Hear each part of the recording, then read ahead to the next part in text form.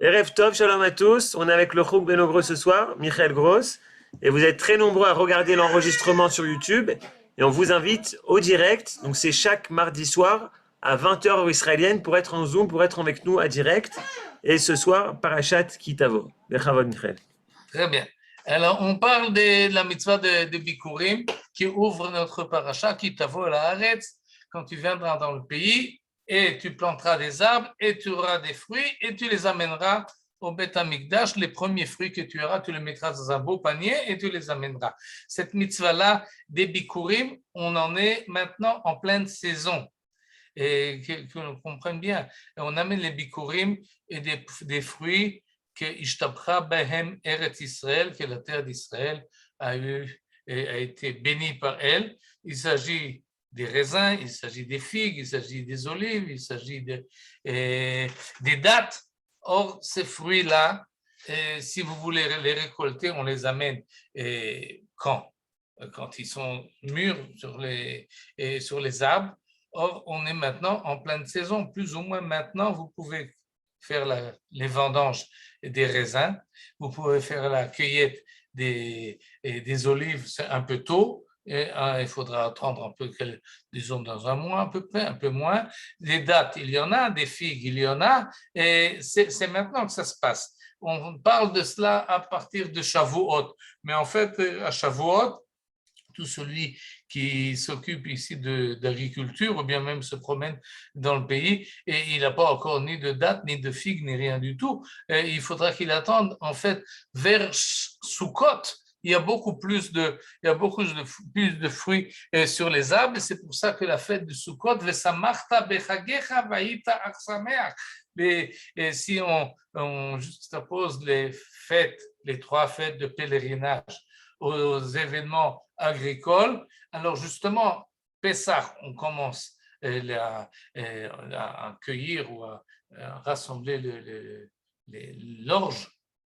Plus tard, ce sera le blé vers Shavuot, mais les fruits dont on fait partie dans ces cinq Eretz Chita ou Seora, Gefen, Te'ena, Verimon, Eretz Zetshemen ou Dvash, les cinq fruits dont on parle, c'est plutôt vers Sukkot qu'on peut faire leur cueillette et donc l'agriculteur ou même tout celui qui consomme ces fruits-là, il est très content parce qu'il les engrange, Chag Asif, par laquelle qui nous attend après les Yamim Anoraim. Or, dans cette mitzvah-là, j'ai commencé à dire, il y a deux mitzvot. La première, c'est d'amener les fruits. Là, je commence au verset 5. Au verset 5, on commence à nous dire, hop, tu amènes tes fruits, mais tu as à réciter quelque chose, il y a quelque chose à dire. Quand l'agriculteur fait le chemin depuis son champ, depuis son village, jusqu'à qu'il arrive à Yerushalayim avec les fruits qu'il amène au Beth HaMikdash, lorsqu'il se présente dans le Beth HaMikdash, il doit dire quelque chose. Va'anita va'amarta lifne Hashem Elohecha, tu diras à haute voix devant l'Éternel ton Dieu, et voilà le texte qu'il doit prononcer. Et on le connaît d'ailleurs, en tout cas en partie, parce qu'il est rappelé dans la Haggadah de Pessah. Et donc on connaît ce texte. Je vais comment le lire parce que c'est l'occasion de lire ce texte solennel. Arami Oved David, tout de suite on va lire la traduction. Arami Oved David, Vayered Mitzrayma, Vayagor Sham Bimte Me'at, Vayisham le Goy Gadol Atzum Varav. Vayare Otanu Amitzrim, Vayanunu, Vaitnu Alenu Avoda Kasha. ונצעק אל אדוני אלוהי אבותינו, וישמע אדוני את קולנו, וירא את יוננו ואת עמלנו ואת מחצנו. ויוציאנו אדוני ממצרים ביד חזקה וזרוע נטויה ובמורא גדול ובאותות ובמופתים, ויביאנו אל המקום הזה, ויתן לנו את הארץ הזאת, ארץ זבת חלב ודבש. ועתה, הנה הבאתי את ראשית פרי האדמה אשר נתת לי אדוני. Ça, c'est le texte, 5 versets et demi à peu près, qu'il doit prononcer. Et l'agriculteur, en remerciant Akadosh Baruch Hu de sa récolte abondante qu'il a eu la chance de récolter et d'amener au Beth HaMikdash. Et je crois qu'il faut, encore avant de de lire la traduction. On a déjà un sentiment là spécial, c'est-à-dire, c'est un agriculteur, je ne sais pas si vous avez fait de l'agriculture, mais en tous les cas, c'est un travail difficile. C'est un travail qui est il faut beaucoup d'investissement, surtout physique, à partir comment on appelle ça, on harish, j'ai oublié le mot en français, on creuse dans le sol, et puis on sème, et puis on recouvre, et puis on arrose, et puis on récolte, et puis il faut combattre les éléments de la nature qui sont pas toujours avec l'agriculteur. Il attend la pluie, il y a des fois des sauterelles, il y a des fois des maladies, etc., etc. C'est un grand travail. Finalement, il a la chance et il rassemble tout ce qu'il a. Il est très content. Or, quand il vient dire merci à Kadosh Baruch Hu, il ne parle pas du tout de ses problèmes personnels, de l'effort qu'il a fourni pour avoir ses fruits et de son travail. Même de la pluie, il ne parle pas. Et c'est un texte où l'agriculteur se met directement dans un axe historique. Il commence à parler et il dit « Un Araméen voulut perdre mon père. Il descendit en Égypte. Il vécut étranger, puis peu nombreux, puis il devint une nation considérable, puissante et nombreuse. Alors les Égyptiens nous traitèrent iniquement, nous opprimèrent, nous imposèrent un dur servage. Nous implorâmes l'Éternel, Dieu de nos pères, et l'Éternel entendit notre plainte, il considéra notre misère, notre labeur et notre détresse, et il nous fit sortir de l'Égypte avec une main puissante et un bras étendu en imprimant la terreur, en impérant des signes et des prodiges. Et il nous introduit dans cette contrée, il nous fit présent de cette terre, une terre où ruisselle le lait et le miel. Et c'est nécessairement au verset 10, à la fin de son discours, si on peut dire, il dit « Maintenant j'apporte en hommage les premiers fruits de cette terre dont tu m'as fait présent, Seigneur. » Et donc l'agriculteur, lorsqu'il présente ses fruits et lorsqu'il récite ce récit-là, il s'inscrit dans un système historique, dans un système national. C'est pas du tout personnellement qu'il vient dire merci pour la chance qu'il a eue d'avoir une bonne récolte. C'est entièrement un texte qui dit « Moi, je suis un homme qui vit à une certaine époque. » On peut s'imaginer l'époque du premier temple, disons 1000 ans après la sortie d'Égypte. Et c'est de cela qu'il parle. On en a parlé la semaine dernière des mitzvot qui sont des conséquences des événements historiques. Ça, ce n'est pas une conséquence d'événements historiques, ça, c'est conséquence du fait qu'il a un champ et qu'il laboure son champ et qu'il a la chance d'avoir une belle récolte. Alors, mais il n'empêche que lorsqu'il vient se prononcer, il insiste sur le fait, Arami, Oved, Avi, je ne me suis pas fait tout seul. Je suis une conséquence historique qui remonte très loin au patriarche. Il parle ici de Laban et là la question se pose. Pourquoi il a besoin de rappeler cet épisode-là qui n'est pas évident? Un Araméen voulut perdre mon père. De quoi il s'agit? Pourquoi il parle de la sortie d'Égypte, ça on comprend plus ou moins. En tout cas, ce qu'il veut dire finalement, c'est que la terre qu'il a, il ne l'a pas hérité depuis toujours. Ce n'est pas toujours été en Eretz Israël. Et c'est une idée importante là qui est rappelée finalement. Celui qui amène ses fruits, il dit « Je suis sur ma terre parce que c'est une terre qui m'a été donnée par Akadosh Baruch Hu. » Parce que c'est la terre qu'il a promis à nos ancêtres, Abraham, Yitzhak, Yaakov. Et donc, c'est ça qu'il rappelle. Et c'est ça là-dessus qu'il met il nous a fait sortir d'Égypte, il nous a amenés ici, et donc cette terre-là, parce que moi j'ai mon lot, c'est une conséquence finalement, pas du fait que nous sommes toujours été sur cette terre, mais c'est parce qu'on nous a amenés, il nous a introduits dans cette contrée. Et cette idée-là, elle est centrale, elle est importante, elle continue jusqu'à aujourd'hui, bien qu'entre-temps, on a été dans un exil de 2000 ans, mais quand on revient, il faut savoir qu'on n'est pas ici depuis perpète et continuellement, mais nous sommes là à cause de justement cet événement. C'est là-dessus que l'agriculteur insiste et Et ce que je vais mettre les points sur les i, c'est sous cette expression-là, Arami Oved Avi. La traduction, un araméen voulut perdre mon père. Et de cela, on va s'attarder là-dessus, mais avant, je vois qu'il y a marqué là, Ve'anita va'amarta lifne Hashem Elohecha. Ça, c'est le début de la phrase, c'est l'introduction. Alors, on va d'abord parler de cette introduction-là.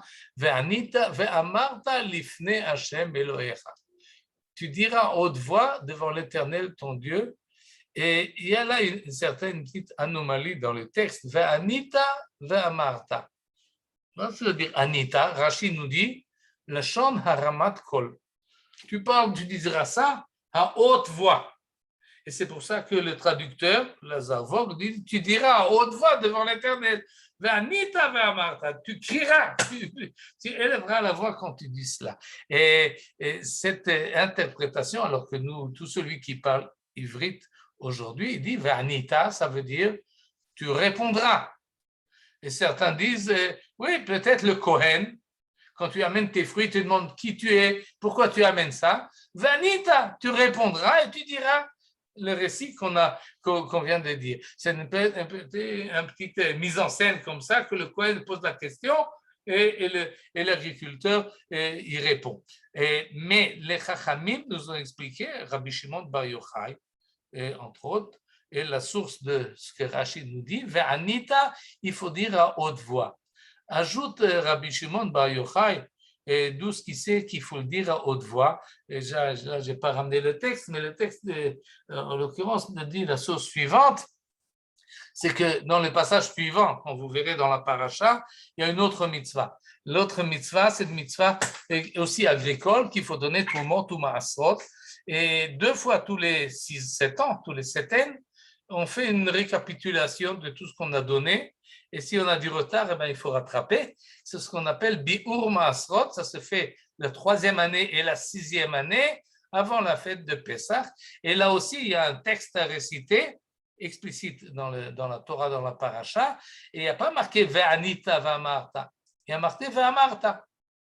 Alors, Rabbi Shimon Bar Yochai se pose la question, pourquoi pour les Bikurim on dit ve'anita et pour les Ma'asrot on dit ve'amarta? Réponse, il dit c'est très simple. Et lorsqu'on veut parler de on veut se glorifier, alors on dit ça à voix basse. Lorsqu'on veut dire des choses qui sont un peu préjudice, alors on dit ça à voix haute.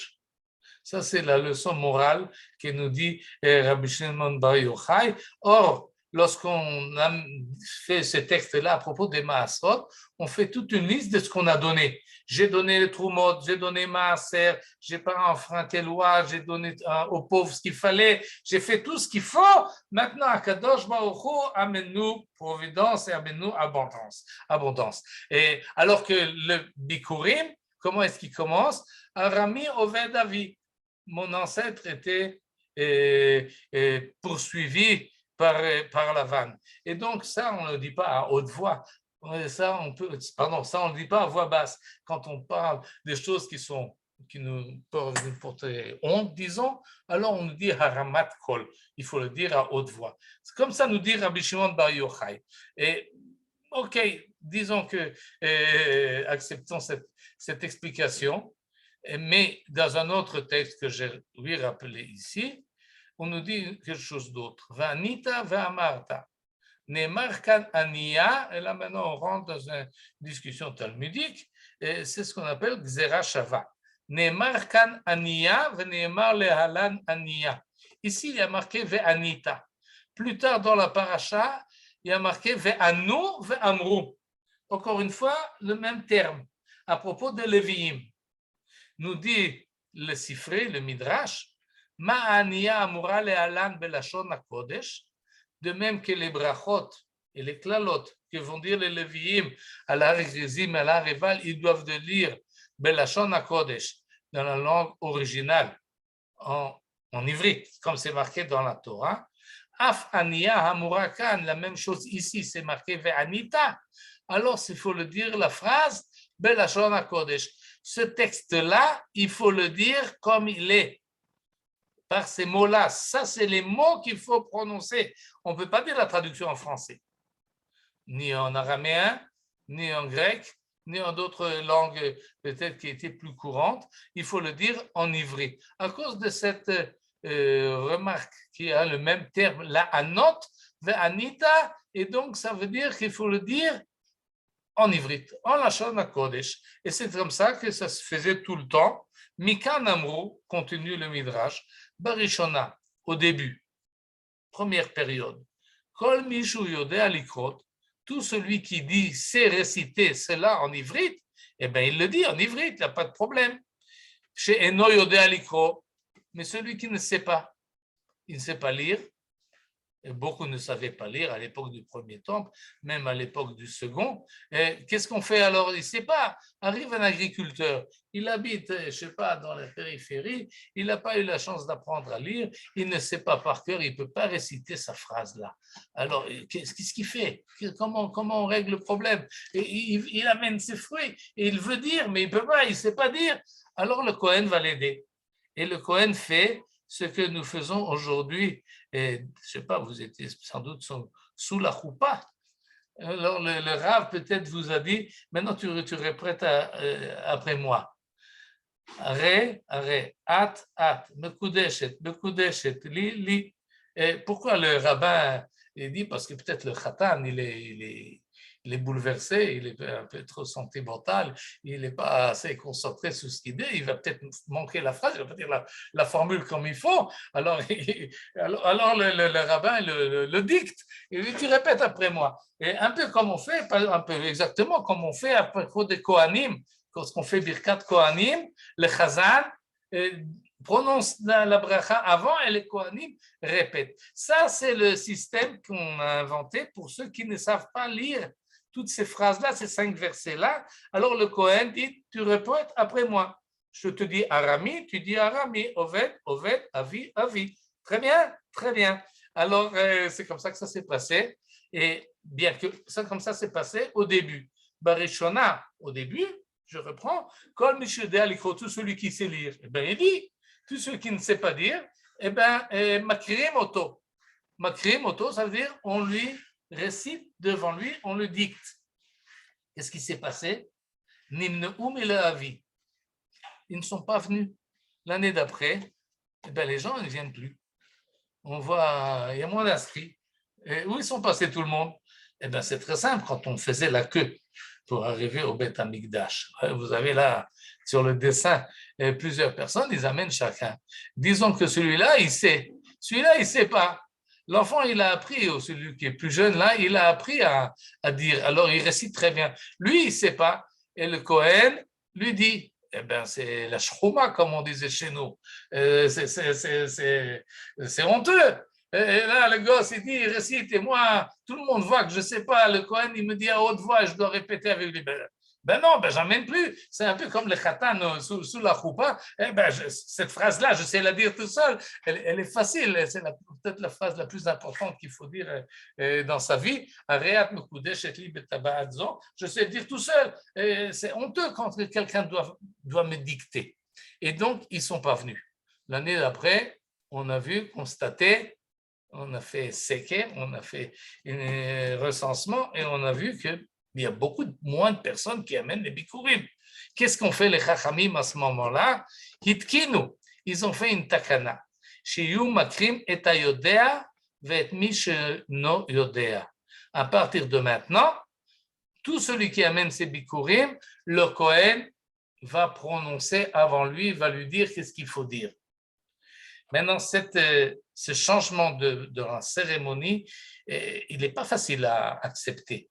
Parce que, disons, en reprenant cette personne-là qui a amené les bikurim l'année dernière, il a préparé son texte, il sait le dire, il veut le dire, et on lui dit, attention, maintenant, non, ça a changé, maintenant, tu répètes après moi. Mais pourquoi? L'année dernière, ce n'était pas comme ça. Maintenant, c'est comme ça que vous faites ce que vous voulez, ce n'est pas possible. C'est inacceptable, ces changements-là. C'est pour ça que je me suis préparé. Oui, toi, tu es préparé, mais les autres, ils ne sont pas préparés, ils ne sont pas venus. Mais moi, je suis là. Qu'est-ce qu'on fait les chachamim?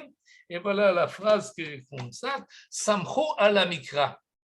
ils sont appuyés sur le verset. Ils sont revenus au langage de la Torah.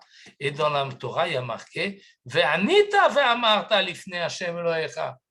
Tu répéteras après, tu répondras. Tu vois, monsieur, comment on va l'appeler, Yoshua.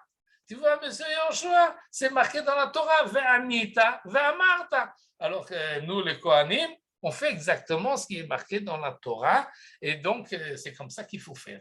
Et cette halakha-là, je la rapporte parce qu'elle est, elle est importante, elle nous fixe un peu les choses, comment les halachot, les takanot, plutôt les chachamim, qui fixent les choses, comment est-ce qu'il faut faire. Il s'agit d'une halakha dans le Beth Amikdash, un changement de cérémonie parce qu'il y avait des gens qui ne savaient pas lire, parce qu'il y avait des gens que ce n'était pas leur langue originale, ils parlaient à la maison araméen, ils ne parlaient pas la Shona Kodesh, et donc c'était un effort qu'ils ne faisaient pas pour dire, alors si on ne peut pas dire, alors on ne vient pas, mais on veut qu'ils viennent, on connaît, donc on comprend très bien la logique sociale et le fait qu'on prend compte des gens et qui sont peut-être un peu moins qualifiés, qui ont moins de culture. Et alors, qu'est-ce qu'on fait? On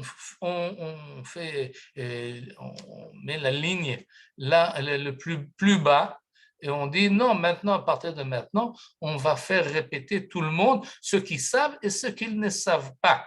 Et donc, on comprend très bien les chachamim, dans leur takana, ils ont fait plusieurs takanot de ce genre-là pour que tout le monde puisse participer au service et tout le monde puisse amener les bikurim et d'autres choses. Seulement, il y a un problème, si à partir du moment où tu changes la halakha, où tu fixes des takana, tu fais des décrets, tu dois justifier et tu dois expliquer. Alors, ce qu'on appelle ici le Midrash revient sur la Torah et essaye de trouver dans la Torah smicha, c'est-à-dire un appui sur lequel qui peut justifier la chose. Ce n'est pas la raison de la takana, la raison, on la comprend très bien, elle est sociale. Elle est peut-être aussi sociale, religieuse. Mais les fondements textuels, ils viennent après. C'est ce qu'on appelle asmarta.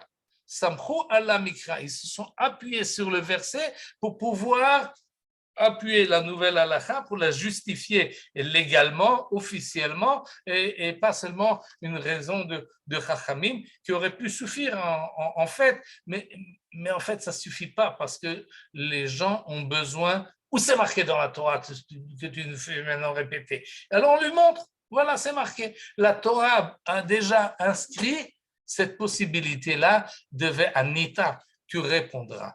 Et ça, c'est la première remarque qu'il faut faire. Et donc, lorsqu'on vient ici, on fait la queue pour amener les bikurim, on n'est pas là non seulement tout seul, on a derrière nous toute l'histoire juive depuis la sortie d'Égypte, mais on a également tout le peuple juif, ceux qui savent et ceux qui ne savent pas. Tout le monde sont égalisés devant le Kohen et devant le Misbéach. Et maintenant, on passe à la suite du même verset, Arami Oved Avi. Rashi nous explique en fait ce que nous savons déjà parce qu'on a vu la traduction et tu diras au-devant, un araméen voulut perdre mon père, il descendit en Égypte. Rashi explique exactement de la même manière, Maskir Chasde Amakom, celui qui amène les bikurim, il rappelle les bienfaits de l'Éternel, et il raconte Arami Oved Avi. Ça, c'est le texte. Et voilà l'explication de Rashi. Lavan, Arami, l'araméen, c'est Lavan qui était en araméen. Bikesh la akor et akol. Il n'a pas réussi. Oved Avi, il a voulu, comme dit le traducteur, mais le mot vouloir n'existe pas dans le texte. Il existe chez Rashi. Lavan bikesh la akor et akol. Il a voulu. Quand est-ce que Lavan a voulu tuer tous les descendants de Yaakov? Vous pouvez chercher dans le livre de Bereshit, c'est pas explicite, mais c'est vrai qu'il les a poursuivis. C'est vrai que finalement, il y a eu une vision qui lui dit touche pas à Yaakov et à ses enfants. Et Lavan alors demande où sont mes idoles. Que Sheradav Achai Yaakov, peut-être qu'il aurait voulu effectivement les tuer, bien qu'il s'agisse de ses propres filles, de ses petites filles. C'est pas évident. Ou Bishvil Shechachav Laasot.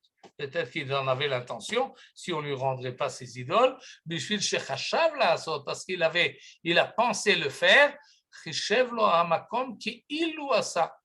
Là, dans cette phrase, Rashi se justifie son commentaire et il dit, c'est vrai que le mot vouloir n'est pas marqué, mais c'est comme si qu'il était marqué, parce qu'il s'est marqué qu'il l'a fait. Non, il ne l'a pas fait, il a voulu le faire. Mais à Kadosh Baruch Hu, les mauvaises intentions des Umot HaOlam, Umot HaOlam, Choshev lehem HaKadosh Baruch Hu Machshava Ra'a Kema'aseh.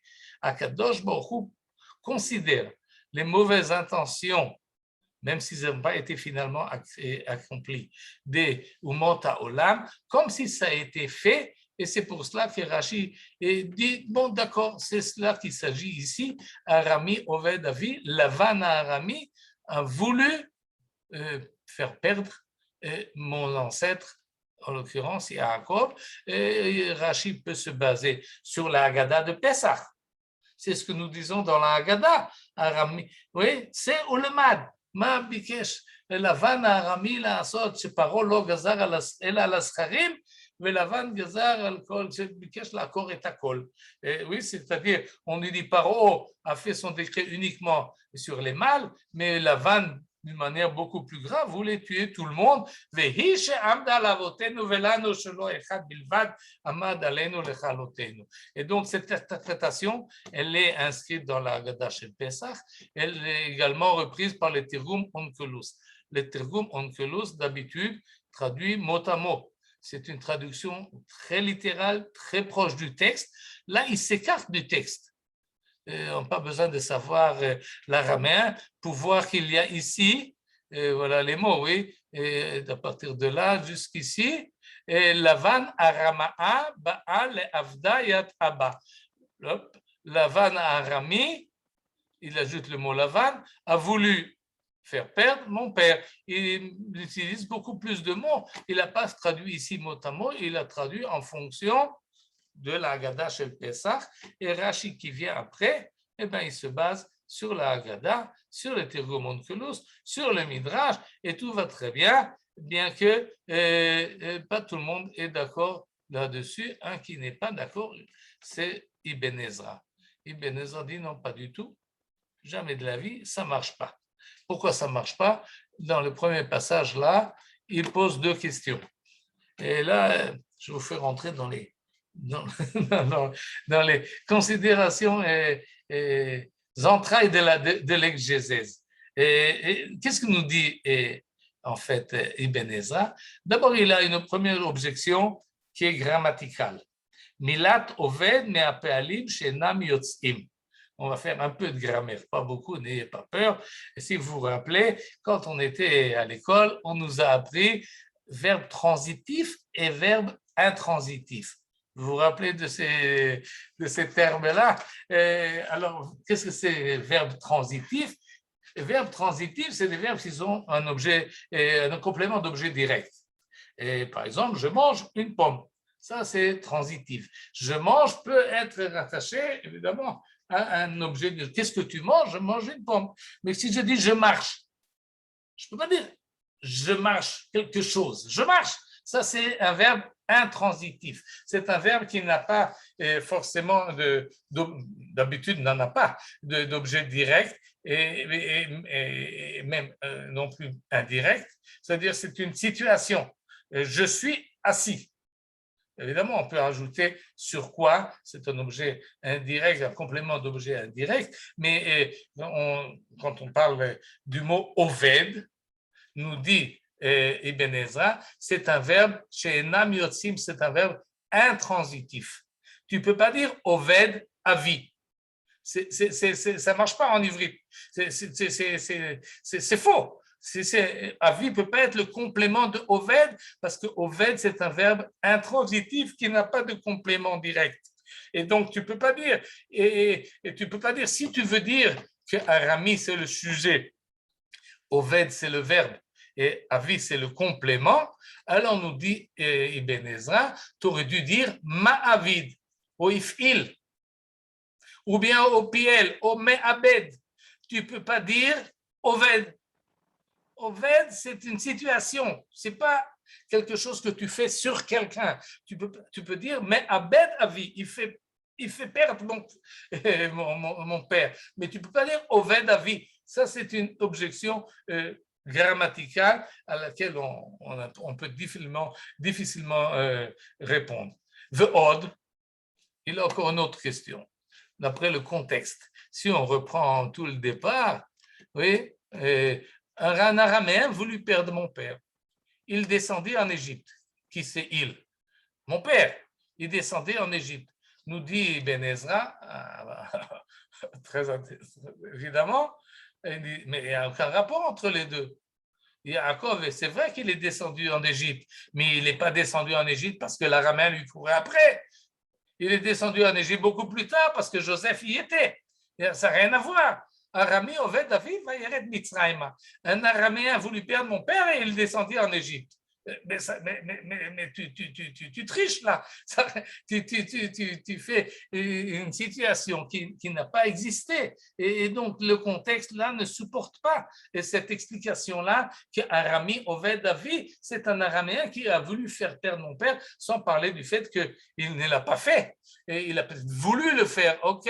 Mais et tout ça, ça pèse sur cette explication-là. Mais Lavan, l'ossivem, Lavan n'a pas été la raison de la descente en Égypte. Et pour ces deux objections, une grammaticale et l'autre d'après le contexte, Ibn Ezra n'accepte pas l'interprétation de Rashi et de Onkelos et de la Haggadah Shel Pesach et des Chachamim. Ibn Ezra, et on l'a déjà vu plusieurs fois, il est très proche, il veut le pshat. Qu'est-ce que le texte dit? Ne me fait pas des allusions ou des recherches un peu tournées du midrash. Il veut être très près et de la grammaire et du contexte. C'est un pashtan. Et pour cela, il nous dit la chose suivante. Vehakarov, ce qui est beaucoup plus proche de la compréhension de ce verset-là, que Arami, l'araméen en question, n'est pas Lavan, mais c'est Yaakov. Yaakov, mon père, était un arami Oved. Était un araméen. Qu'est-ce que ça veut dire Oved? Nous explique, c'est ce que nous dit ici Ibn Ezra, qu'Asher Haya Avi Be'aram, il était araméen, puisqu'il y a vécu pendant 20 ans. Haya Oved, à ce moment-là, il était Oved. Qu'est-ce que ça veut dire Oved? Je ne sais pas si vous l'utilisez ce mot-là aujourd'hui. Aujourd'hui, on dit Ani. Il était pauvre. Bli maman, il n'avait pas d'argent. Ça veut dire mon arrière-grand-père était pauvre en Aram.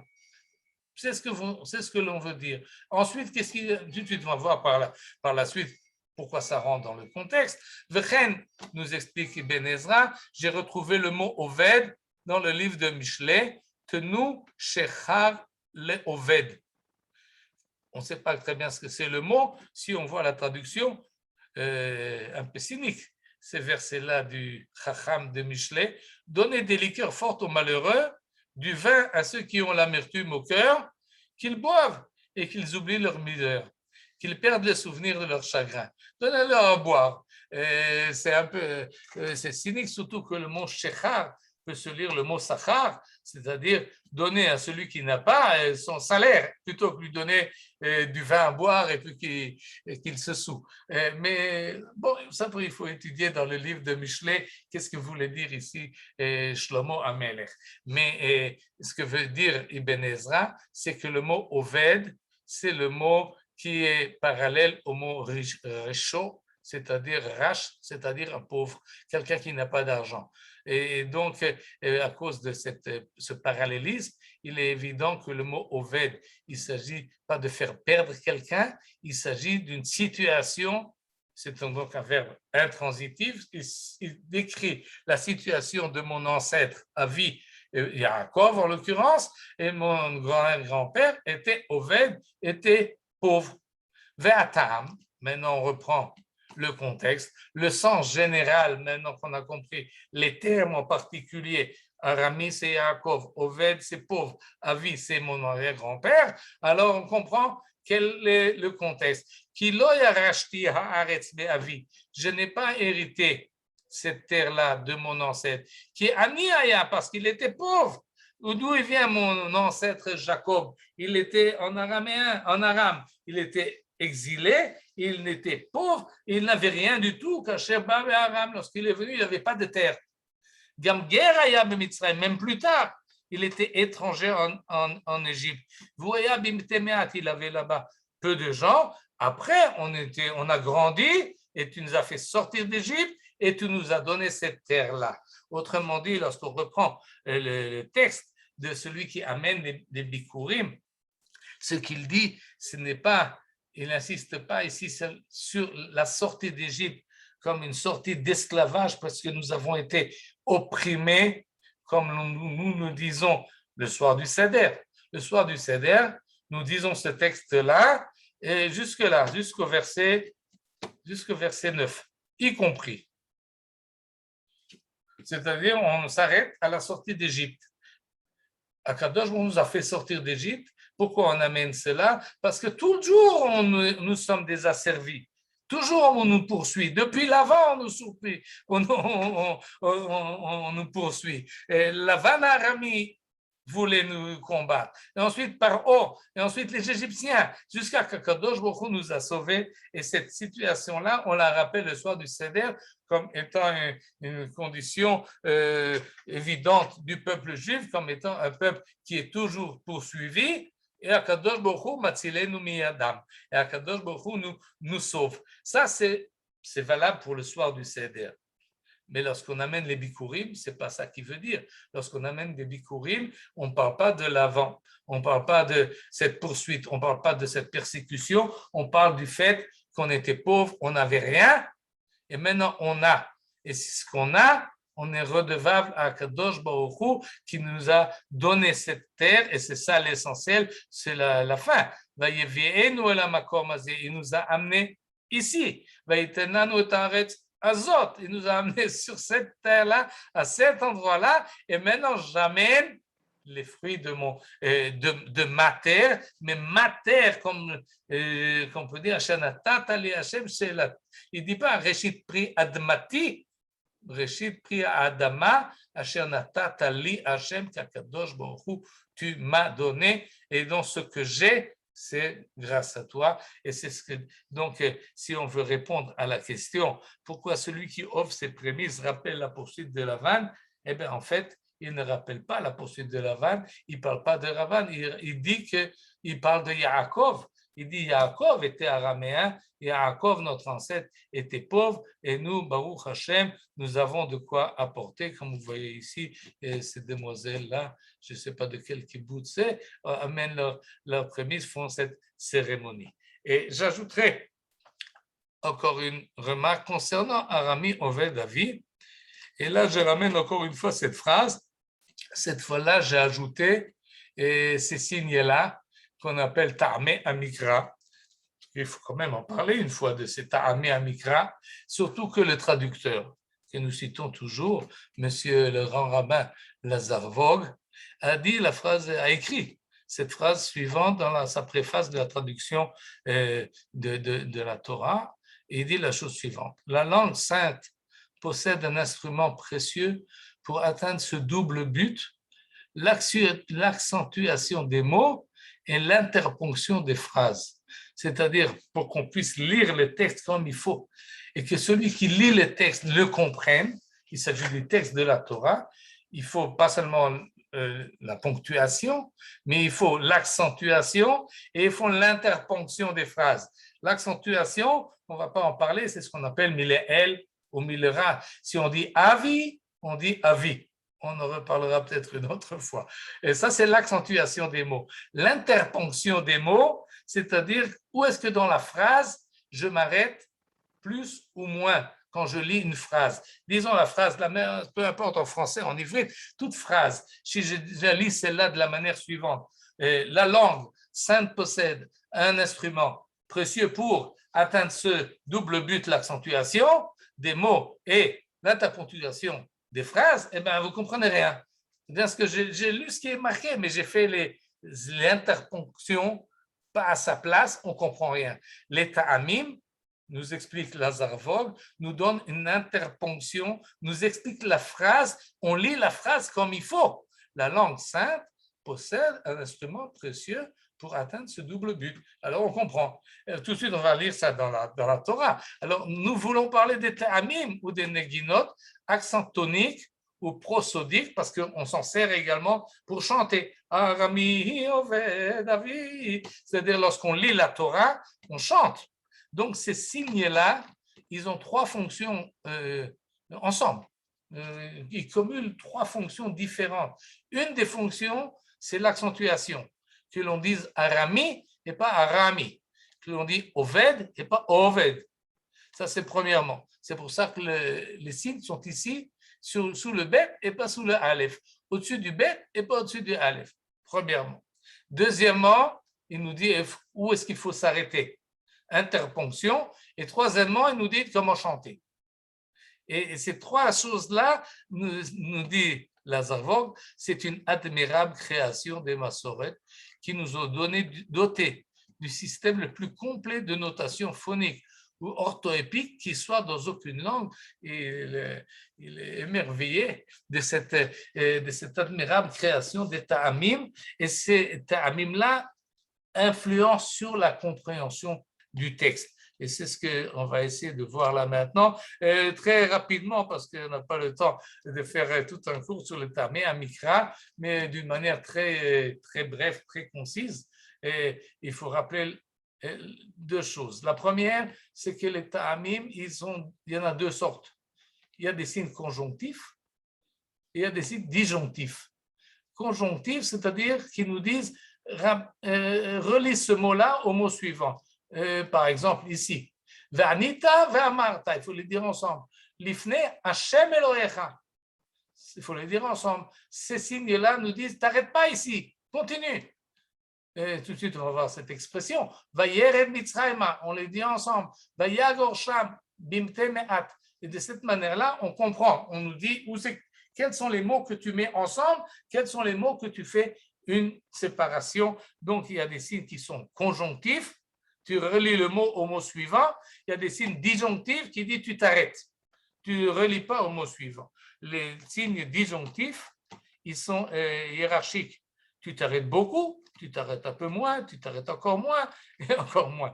Et les signes conjonctifs, ils sont tous du même niveau. Tu rapproches ce mot avec le mot suivant. Et parmi ces signes disjonctifs, comme vous voyez ici, il y a celui-ci. Là-haut, vous voyez ce signe-là? Il est disjonctif. Oui, on va s'intéresser juste à deux. Celui-là et celui-là et celui-ci. Celui-ci, le mounach, ça, ce sont les termes que les Ashkenazim emploient. Je m'excuse pour nos frères séfarades qui utilisent d'autres termes, mais le signe est exactement le même. Et oui, le signe, c'est celui-là. Pour les séfaradim, ça s'appelle shofar olech. Et nous, Ashkenazim, on l'appelle mounach. En tous les cas, ce signe-là, il est conjonctif. Celui-ci, le pashta, il est disjonctif. Autrement dit, lorsqu'on revient ici, il faut dire Arami Oved Avi. On ne dit pas Arami Oved Avi. Est-ce clair?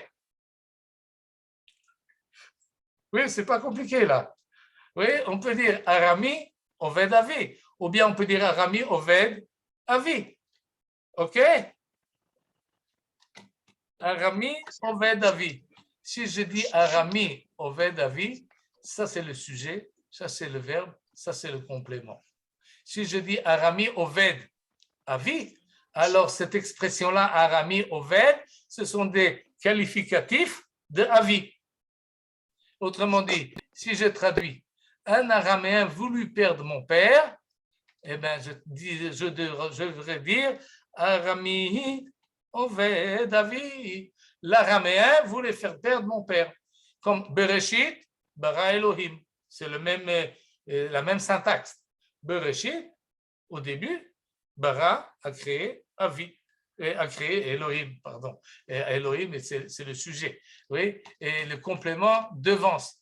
et je ne vais pas m'attarder trop là-dessus, mais Arami Oved Avi, cette ponctuation-là renforce l'explication de Rashi d'une manière étonnante parce que Rashi est contre la grammaire et contre le contexte, mais il va avec Onkelos, il va avec le Midrash, il va avec Agadash et Pesach, et les Ta'amim qui sont d'habitude très proches du Pshat, ici ont adopté la vision, l'interprétation du Midrash. Et c'est pour cela que, en fait, cette traduction-là que j'ai ramenée tout au début, oui, c'est celle-là.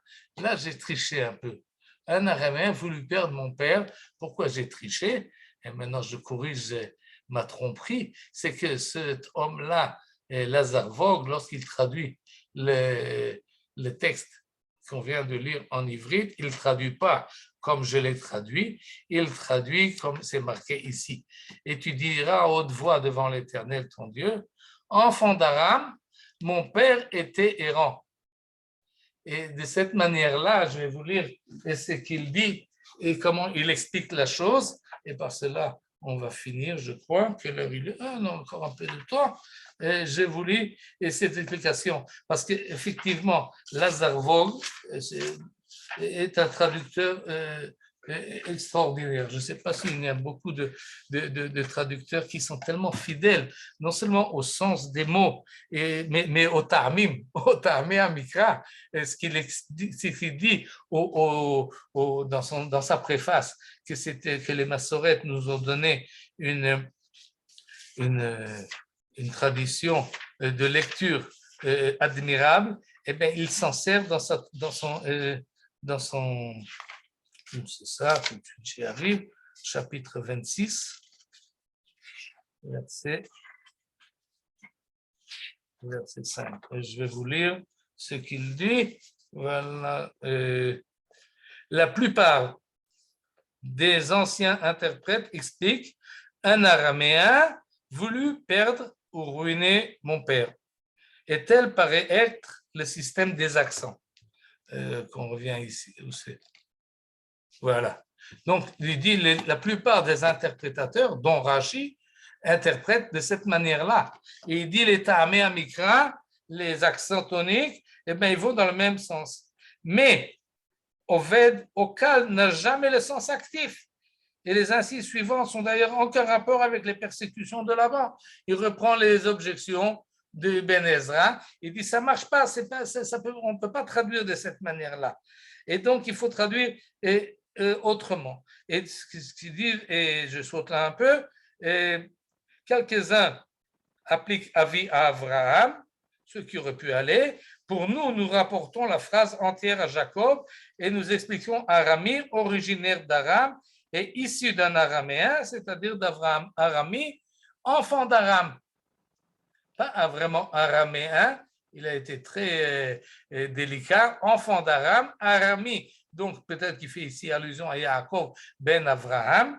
On remarquera du reste que notre version est combinée de manière à se concilier à la rigueur avec l'accentuation. C'est-à-dire, il a essayé de traduire selon Ibn Ezra, qu'il s'agit ici effectivement de Yaakov qui était errant ou pauvre en Aram, mais en restant fidèle quand même à la ponctuation. Il dit, enfant d'Aram, mon père était errant. Arami, Oved Avi. Et vraiment, et ça, ce n'est qu'un exemple pour montrer l'effort que fait Lazare Vogue pour traduire le texte de la Torah en étant en connaissance profonde des Mefarshim et du Midrash et des Ta'amim. Et c'est vraiment une traduction extraordinaire qu'il nous propose là.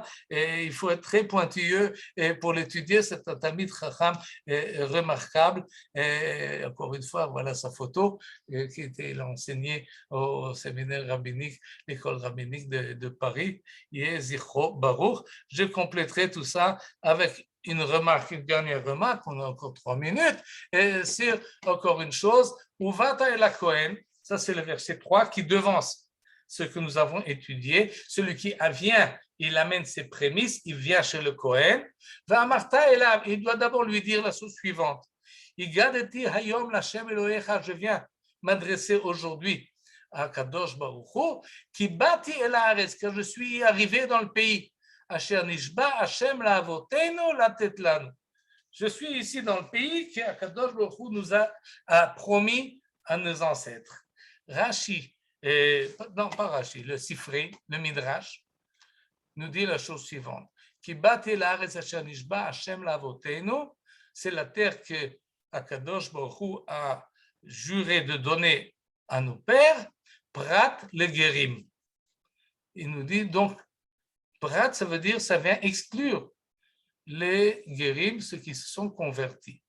Qu'est-ce que veut nous dire ici le Midrash? Cette phrase-là, et qui est d'ailleurs repris en plus par la suite. Oui, c'est qu'on est là, finalement. Donc, par cela, on a commencé par une identification de l'agriculteur avec toute l'histoire juive depuis les ancêtres jusqu'à aujourd'hui. Mais ce n'est pas ses ancêtres à lui. Quand on parle de celui qui s'est converti au judaïsme, ce n'est pas ses ancêtres. Comment est-ce qu'il peut dire, réciter cette phrase et de parler de Yaakov, parler d'Abraham, de la promesse d'Akadosh Baruch Hu à nos ancêtres, Asher nishba Hashem la'avotenu latet lanu. C'est une phrase que un converti a du mal à dire. Et c'est comme ça que, sans doute, celui qui a écrit le Sifri, le Midrash, pensait que les Guérim ne peuvent pas amener le Bikurim parce qu'ils ne peuvent pas dire cette phrase. Quand on arrive au Rambam, il Chod Bikurim, il nous dit, Hager, le converti, Mevi, il amène les Bikurim, veut coré, et il dit cette phrase, chez Nehemar, parce qu'il est marqué le Avraham, à propos d'Avraham, Av Hamon Goyim Netaticha.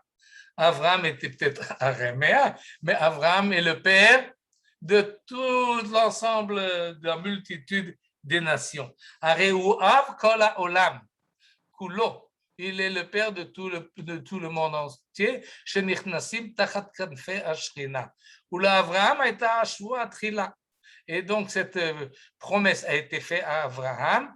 Et Abraham, l'ancêtre du peuple juif, il est en fait l'ancêtre de tout celui qui vient amener, qui agricole, tout celui qui rentre sous les comment on appelle ça? Kanfei Ashrina. Vous avez compris? Les ailes de la providence, en tout cas, tout celui qui vient, et même si biologiquement il n'appartenait pas au peuple juif, à partir du moment où il rentre dans le peuple juif, il est comme tout le monde et il peut, d'après le Psak Halakha de Rambam, on n'a pas de Shulchan Aruch sur le Chod Bikurim, mais le Rambam nous dit, oui, les Guérim peuvent effectivement, ils ont une terre, s'ils ont une terre et ils ont des fruits, ils peuvent raconter, ils peuvent s'identifier avec toute l'histoire juive, et lorsqu'il l'amène, il dit effectivement, Hashem lavotenu latet lanu. Et cette idée-là, elle est importante, pas seulement pour les convertis, mais également pour chaque juif qui s'identifie avec l'histoire juive. C'est une identification qui n'est pas biologique, mais qui est idéologique, qui est religieuse, qui est historique. Et donc, lorsque l'agriculteur vient et qui, comme on l'a montré, il s'insère dans l'histoire juive, il se raccroche à l'ensemble de la nation, ceux qui savent lire et ceux qui ne savent pas lire, alors on comprend que finalement, quand on finit d'amener les bikurim, celui qui est venu les amener, eh ben, il fait un gueuleton, il fait les fruits, il les laisse au Kohen. Mais il a des réserves, et il mange de la viande et il boit du vin.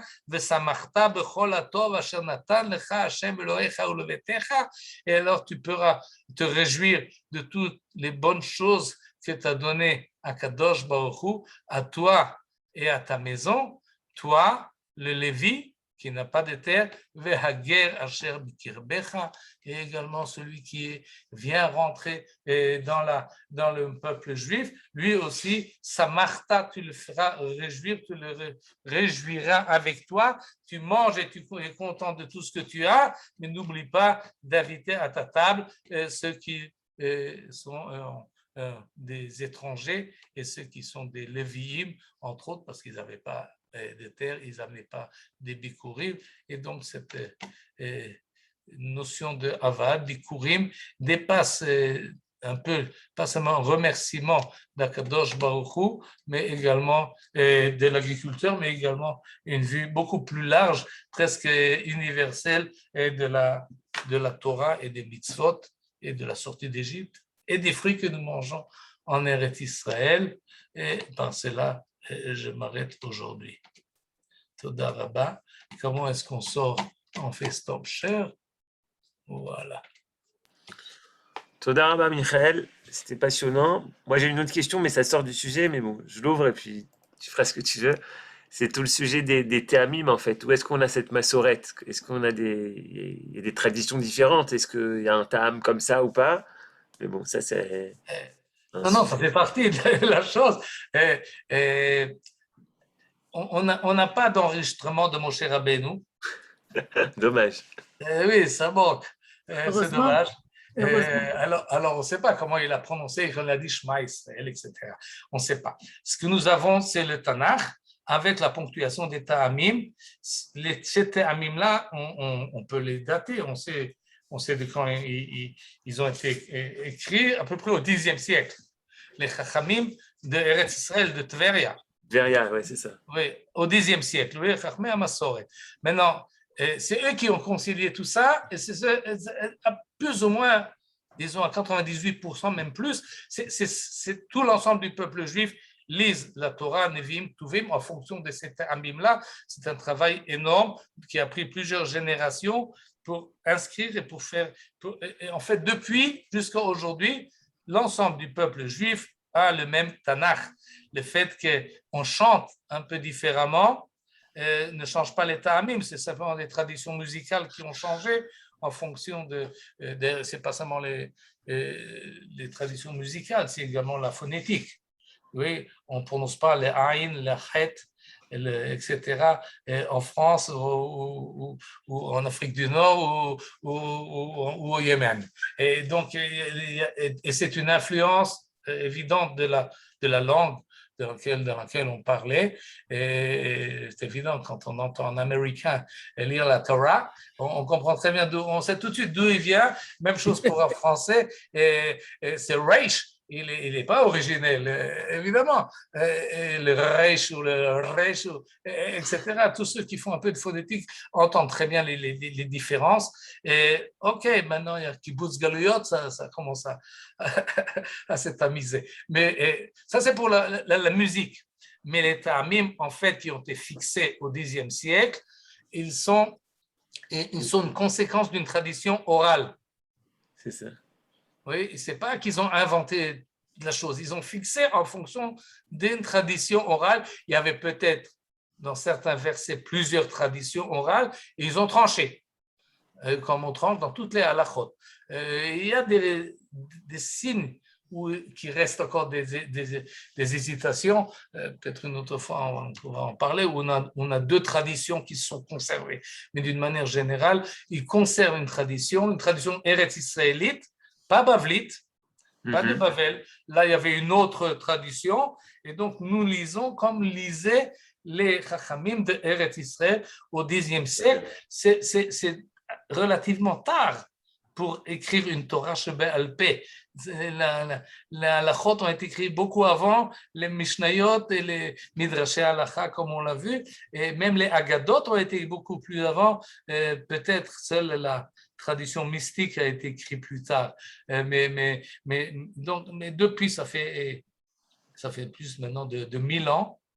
Oui, depuis le 9e siècle, jusqu'au 10e siècle même, nous sommes déjà en 21, où ce système-là fonctionne, et il a fonctionné pendant 5 siècles sans imprimerie. C'est-à-dire ça a été transmis par copie manuelle, ce qui est assez impressionnant quand on parle de tout le Tanakh. Baruch Hashem. Et ça a des conséquences souvent d'interprétation du texte.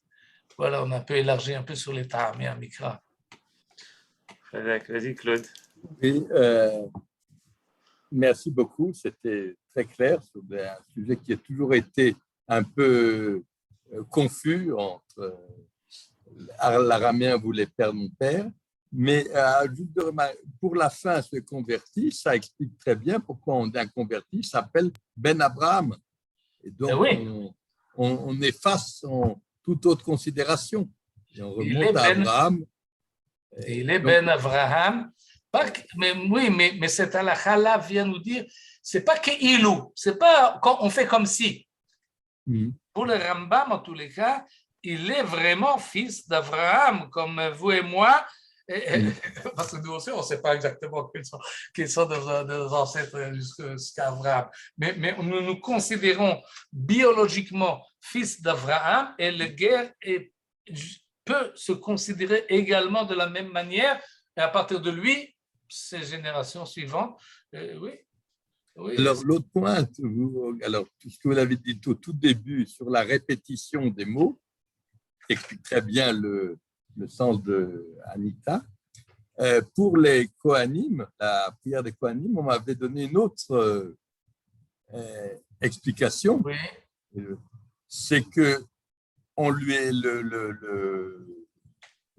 l'officiant lui donne les mots et il le dit pour que pas que le Kohen pense que c'est de lui que vient la bénédiction. Pour c'est une marque d'humilité. Il ne fait que répéter, mais il n'est pas l'origine de la bénédiction. Il n'est pas l'origine, oui. Il est transmet. Il est l'intermédiaire. Il est l'intermédiaire.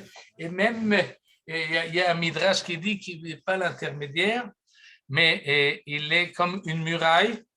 Et Akadosh Baruch Hu, il est au-delà de la muraille et de là-bas. Au-delà de sur la bénédiction. Oui. Ok, peut-être une autre fois, on élargira là-dessus parce qu'il y a encore d'autres choses à dire sur ce Birkat Kohanim, qui est une cérémonie impressionnante finalement. Oui. Et à juste titre, les Sephardim le disent, font la Birkat Kohanim en plein chaque fois qu'il y a Moussaf. Aussi en Chutz Laaretz. Aussi en Chutz Laaretz. Si on a un minhag, par exemple, comme Alep. Et le Shabbat aussi? Surtout le Shabbat. Tous les Shabbats. Mais pas tous les Sfaradim font comme ça, à ma connaissance. Les Ashkenazim considèrent qu'on ne peut pas faire Birkat Kohanim en Chutz Laaretz parce qu'il faut être joyeux pour faire Birkat Kohanim. Vous pouvez nous faire tout un cours sur le Birkat Kohanim. Les Sfaradim, ils font que le Shabbat en Chutz Laaretz. Pas Yom Tov, pas Yamim Tovim, si. Oui, Yamim Tovim aussi, Shabbat et Yom Tov. Les Sfaradim, ils font Shabbat et Yom Tov. À Moussaf. À Moussaf, pas à Shacharit, oui. À Shacharit aussi. Shacharit aussi. Aussi. Ouais. Bien fait. Au moins, c'est le rite de Haleb. De Haleb. Oui, évidemment. Les Halabim, évidemment, qu'ils font. Mais je ne suis pas sûr que les Marocains également font. Je ne sais pas, il y aura à nous dire. Si? Moi, les Marocains, la synagogue où j'ai grandi en Khoul, les Marocains, ils font Shabbat, Shacharit, Moussaf, Yom Tov, on fait. Ok. Très bien. Toda Rabba, Michael. Toda Rabba. Shalom, shalom. Bonne soirée. Merci. Vraiment. Shalom, shalom.